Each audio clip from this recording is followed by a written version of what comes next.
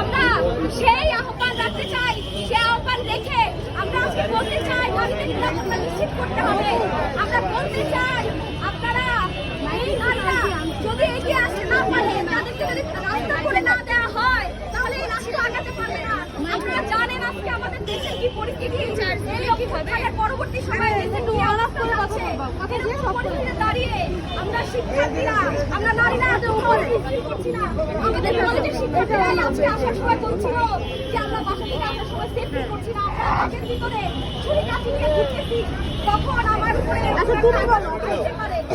আমার কাজ করতে না পারি, তাহলে এই দেশে সমাজের উন্নতি হবে না। দেখা যাবে আমাদের এই সভ্যতার বিকাশে সেই জায়গায় দাঁড়িয়ে আজকে আমরা শিক্ষার্থীরা আমরা কি সারা দেশে অব্যাহত সামনে